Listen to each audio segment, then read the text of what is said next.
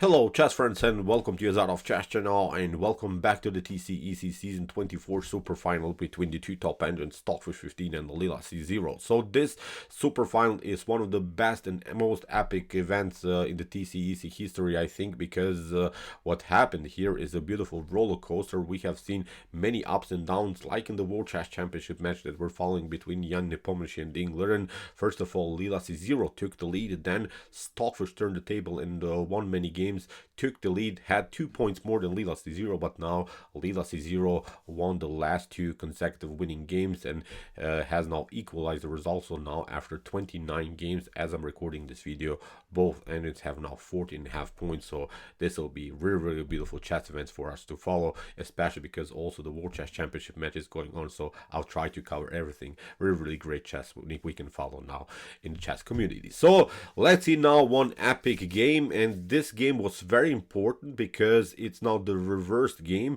in which Leela LCZero played with the white pieces and Stockfish didn't win the game with the white pieces. So now we see the reverse game. Let's see now what happened. In my opinion, really beautiful strategic game here played by these two top engines. So Leela with the white pieces opened with the move d4. We have knight to f6 by the fish, c4, g6, knight to c3, bishop to g7, e4, d6. We are now in the King's Indian defense. Now bishop to e2, normal variation. This bishop to e2 instead of this move knight to f3 leaves you also certain flexibility. It's not allowing you here to get pinned maybe by the bishop here on g4, and allows you also to launch maybe an early flank attack with h4, h5. So in the game kingside castling, we have now the move h4, and now the last move by the organizer was the move e5, the common move in the King's Indian. So we have now d5 by Leela LCZero, occupying the center of the board, getting the space advantage like in the common King's Indian closed structure, but with a huge difference. I think this attack with h4, h5 really makes sense in the beginning, because when you get this structure, the basic goal with the move f5, let's flip the board. Usually what you're trying to do here from black's perspective is this idea knight to d7 or maybe knight to e8, doesn't matter, but your basic concept of this types of structures with the black pieces is the move f5.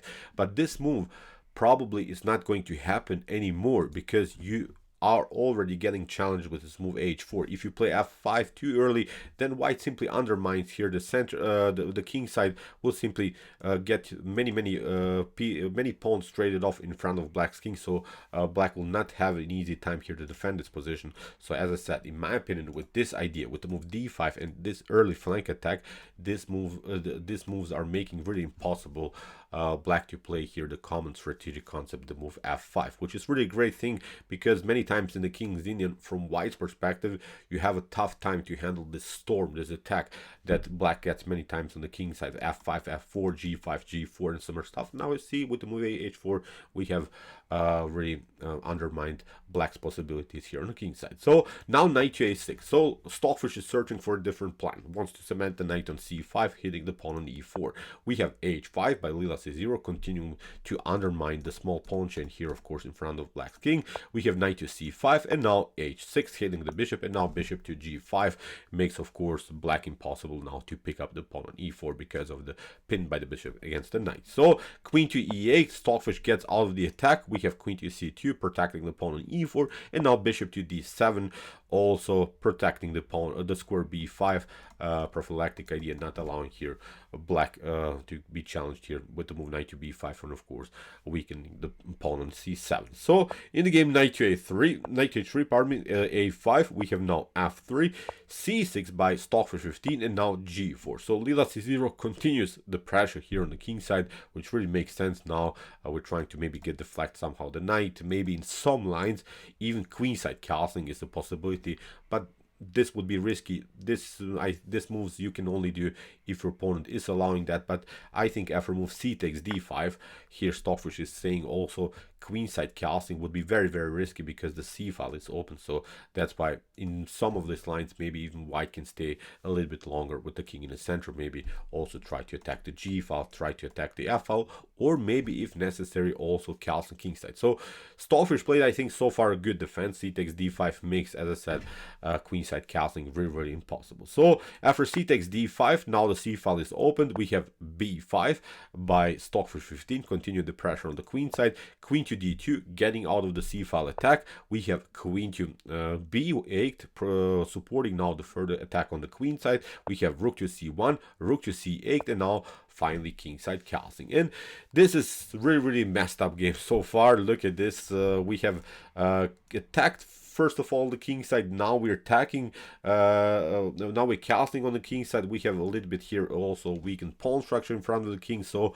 very imbalanced game with opportunities, I think, here for both sides. So in the game, knight to e8. So Stockfish gets out of the attack of the bishop, is maybe trying even some ideas of f6, kicking with this bishop away from this active square on g5. So king to g2, b4, knight to d1, with opportunities to get the knight on e3, and then afterwards on this beautiful square on c4. So in the game, rook to a7, knight to e3, we have a bishop to f6, and this is a nice positional move, because when you watch now this dark square bishop, it is temporarily blocked out by its own pawn structure. So that's why in many of these lines we're trying to simply get rid of our bad piece against our opponent's good piece. The bishop on g5 is a perfect piece, the bishop on h8 is a bad piece. So when that happens, if of course white allows it, then black can continue the game with a better bishop. The bishop on d7 would be slightly better than the bishop on e2, which is also blocked out by its own pawn structure. So now Stockfish ignores this potential trades of pieces, plays simply active chess, knight to c4, and also paralyzing a little bit the knight here on e8. The knight is simply stuck a little bit to the defense of the pawn on d6. In these structures, in the Benoni structures and in the King's Indian structures, many times the d6 pawn is a vulnerable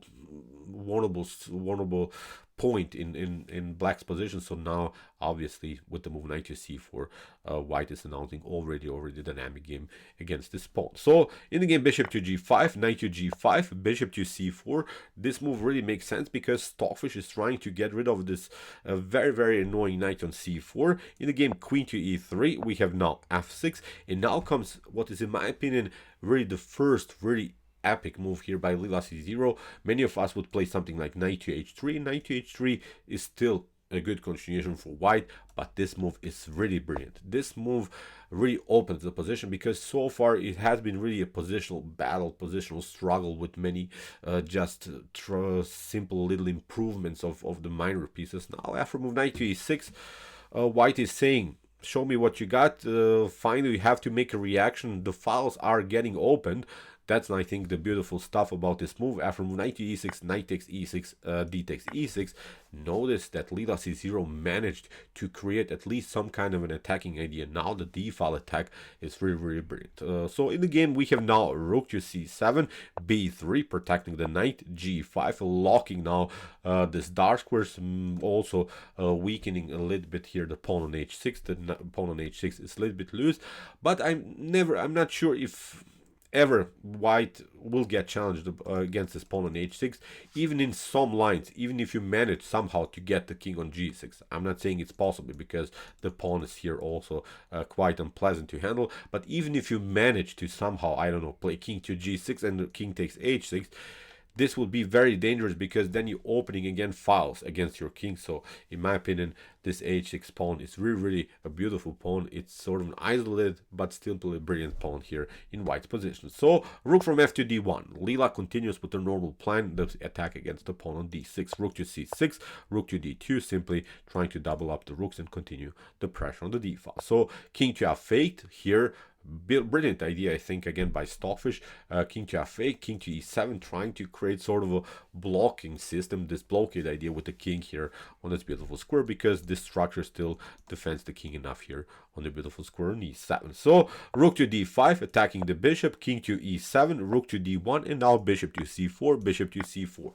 And this move order, again, is not allowing here also black to pick up to pick up the pawn on e6, because there are many discoveries that are possible. Something like, I don't know, rook to rook to b5, getting a check, or maybe a double check with the move rook to d6, whatever your the position is allowed in you. But of course, black is not going to ever play with the king in front of the bishop on c4. So in the game now comes maybe even the first really critical moment of the game. So notice the pawn on a5 is hanging, and Stockfish makes now a huge decision, maybe even the first mistake in the game, knight to c7. And this move in some lines really makes sense, because you're attacking the rook, you're attacking the pawn, you're getting the knight into the defense. But I think the issue is here that you're leaving simply your pawn on a5 unprotected. So maybe a better way to go is to play queen to c7, simply trying to block out further the position and also control further the a5 pawn. But even in this scenario, maybe something like queen to g1 could be very dangerous. As I said, you're not probably take out in any of these lines the pawn on e6, but look at this, the queen could also sneak in now on h2, then maybe on h5, maybe if possible even on f7. So there is a clear path now for the queen. So in my opinion, again, maybe not the optimal position, but I think you have to at least protect for a while this pawn on a5. In the game, after move bishop to c4, knight to c7 was played by Stockfish. As I said, now LCZero accepts the challenge and picks up now this pawn and creates now a very unpleasant situation here on the queen side. Here in this scenario, white can in some lines create a pass pawn, and with the support of the bishop, with the beautiful queen's activity, this is not a good position anymore here for black. So in the game, knight to e6. Okay, we are now analyzing also black's opportunities. From this square, of course, the knight can jump on beautiful squares on f4, d4, and the good part when it comes to positional understanding is that from this squares, when the knight is on d4 or on f4, the knight will never be able to be kicked away by any activities of white. So the black king will be cemented on these beautiful squares. But it's not so easy to make any progress with the knight, because the activity that white gained so far is simply too much to handle here for Stockfish. Leela plays the brilliant queen to a7, goes into simplifications, which really makes sense, because Leela relies here on this beautiful pawn majority on the queen side. So Leela is saying here, even if you get your knight active somehow here, still I can create a passer, and the knight has really trouble to battle against the outside or distant pass pawn here on the queen side. So after move queen to a7, we have queen to a7, rook to a7 comes with a check, we have rook to c7. Now Leela again goes rook to a6, attacks simply the pawn on d6. If you play something like knight to d4 here, then of course rook to b4, look at this, is simply winning a pawn. You can maybe counterplay, but now with rook to d2 we are protecting first our pawn, and this pawn will be taken. When that happens, we could create two connected passers here on the queen side. So this will be, I think, a completely winning endgame then for white. So after move rook to a6 that LCZero played, here Stockfish played rook to d8.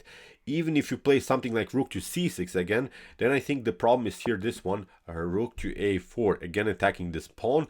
If you try to defend the pawn, then a3. Creating simply a passer here is crucial.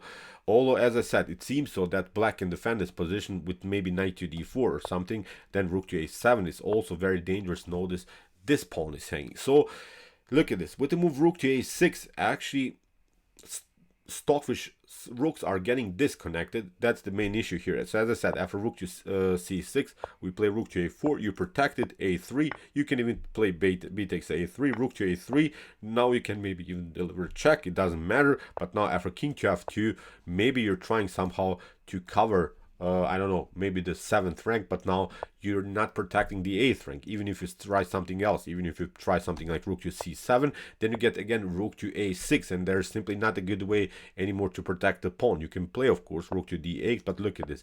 We're doubling up the rooks. You can also play something like rook to d7, but now I think the next couple of moves you will lose the battle or on the 7th rank or on the 8th rank, and it's simply not working. For instance, in this scenario, you get this pawn, and again, this could be a completely game here for winning game here for white. So you see, the activity of white's rooks is so great that black cannot really defend his position. So after move rook to a6, as we said that Leela played, Stockfish defended this position with rook to d8, but now after rook to b6, again a new problem.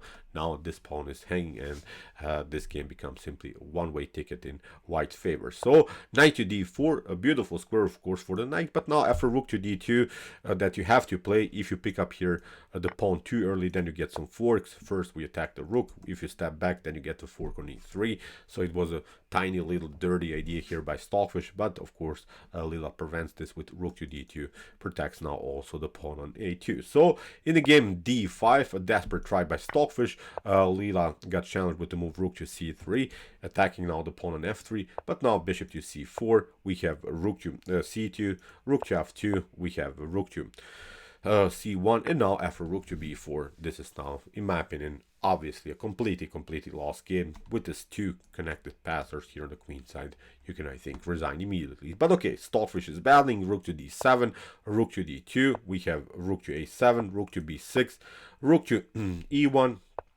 a4, simply pushing the pawn further. Again, rook to e3, trying to pick up the pawn on f3. a5, this is again a beautiful idea, because if after rook to a5 that Stockfish played, Leela has this brilliant, again, attack on the 7th rank. Again, this pawn is weak. King to d6, rook takes h7, rook to a8, rook to b7. We have a rook to c3, and now Stockfish got challenged with the move h7. Leela simply pushed the pawn further. We have a rook to h8, rook to a2. We have now rook to c2, rook takes c2, knight to c2, and now a beautiful idea. Bishop to g8 is locking now, paralyzing the rook, is simply keeping the rook out of the game, and from this point on, it's obviously, as I said, simply messed up game here for black. So in the game knight to e3, doesn't matter, a couple of checks here by Stockfish, but Leela c0 simply improves the position of the rook. After move f5, you see black has only here desperate ideas. E takes f5, knight to f2, we have king to c4, we have e4, but now f6, the pawn is rolling. We have knight to d3. If you play, of course, e3 or something, then f7 and then f8 leads into promotion.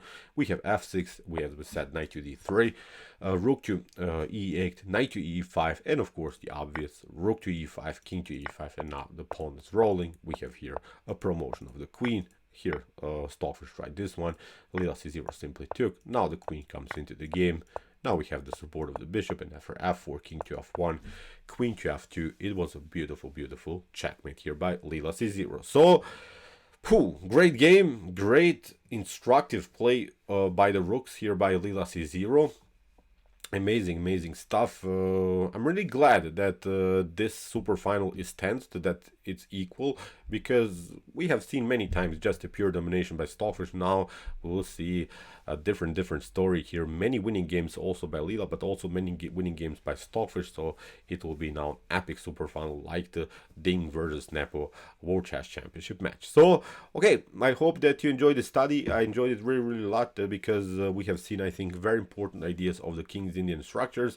If you want to see more brutal and epic games like this, check out our Common Chess Games Played by Computer series, with some more games played by LCZero, LeelaZero, Stockfish 15, and many more. And if you like this content, don't forget to hit the subscribe button. See you soon with some more videos, and chess is the best, of course.